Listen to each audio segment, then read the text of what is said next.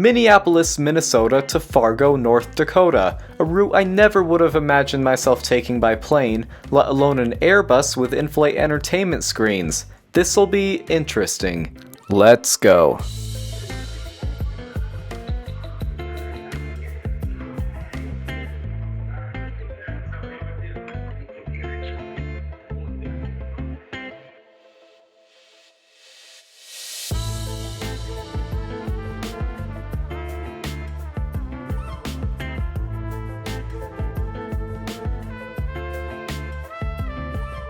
Minneapolis Terminal 1 Lindbergh, the Delta Terminal. For once, I'm not arriving in Terminal 2 Humphrey. It's been long awaited. Over 9 years, actually. Just like with Salt Lake in my previous video, this is my first time in almost a decade where I'll be seeing the Lindbergh Terminal again. The larger, and probably the most visited, Lindbergh Terminal. Well, without farther ado, let's take a look. Ah, here we are. I don't remember much of my time here in March 2014, but I think it's the same as what it was then. The authentic Terminal 1 of Minneapolis International. From what I remember, I'm almost sure this is how it was. It's such a shame that I only have less than an hour here before my flight to Fargo begins boarding. I haven't had dinner yet, so let's see what there is. Oh, wow. Condor. I remember flying with them out of this airport. Of course, they use the Humphrey terminal, but gosh, I gotta take that flight again sometime. Oftentimes on these shorter plane trips, I have this wish to be flying overseas, but I'll be doing that again in March. Because of the little time I have here, I just grabbed some Chick-fil-A for dinner. I also came across gate F5, which I recognized to be the gate which I had flown out of last time I was here in 2014. It was an Embraer 170 and it got delayed real badly, so I'd spent a lot of time here. Well, it was either this one or F3, but I'm 90% sure it was F5. Anyways, back to talking about today's flight. We'll be at gate F1 today, and my Airbus A319 is already here. Tonight my ride to Fargo is November 359 November Bravo, a relatively old Airbus A319, 20 years old. And like most of Delta's A319 and A320 fleet, this aircraft flew for Northwest Airlines until 2009, around the time when Northwest merged with Delta. This is going to be a 40-minute flight and is scheduled to arrive at 11 p.m. And the interesting thing about today is that it's November 4th, 2023, as in the night before daylight savings time ends. So yeah, a few hours after we land, the time's set to fall back an hour. Wonder how that's gonna work out for me. While I was still here, I saw quite a few of the ultra-rare Boeing 717s. Delta is among the last few airlines to be operating them, so they're a cool but interesting catch here at the Lindbergh terminal of Minneapolis.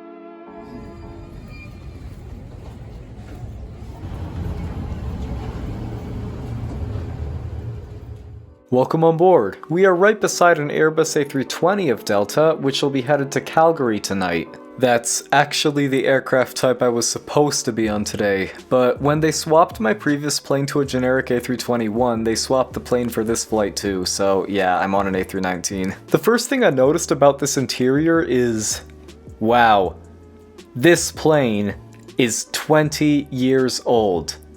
Guys, this plane is 20 years old. Hey, I know what my thumbnail title is gonna be. But yeah, Delta has done an incredible job at masking the age of this aircraft. And as it turns out, their 30-year-old A320s look like this as well. Jeez. They even went as far as replacing the side panels, which not even American Airlines could do with their older 737s. I'm impressed. Like, I haven't seen any other airline make a 20-year-old plane look this new. Another interesting thing about it is the overhead bins, which I love. They add to the modern vibe. However, I've literally never seen them on any other airline, not even in pictures. Delta is the only airline I know that uses these bins, and if anyone knows what they're called, let me know. I wonder why Delta's the only airline that uses them. I wish more did. Okay, back to the reviewing. We got a tray table with a cup grove. It's very clean. This is one of the cleanest interiors I've seen, so props to Delta for that. Seat pocket contents include that safety card, which has cool branding. Got an air sickness bag, also a free Wi-Fi info packet. Yes, they do have free Wi-Fi, but it's only for SkyMiles members. Legroom is, for this 40-minute flight, just fine. However, I'm not gonna lie, it was disappointing given how much better it was on the A321. But what more can I ask for on what might be crowned the shortest flight on this channel as of now? Cabin crew also handed out these earbuds for the in-flight entertainment. Even disregarding the surprising instance of seatback screens on a flight of this length, the fact that Delta can offer earbuds on a 40-minute flight while United can't even do that on a 9-hour one is really saying something. Got a lucky seat pick once again as I have 2 windows. Delta Flight 2101, Fargo bound, 9:50 p.m. departure, out.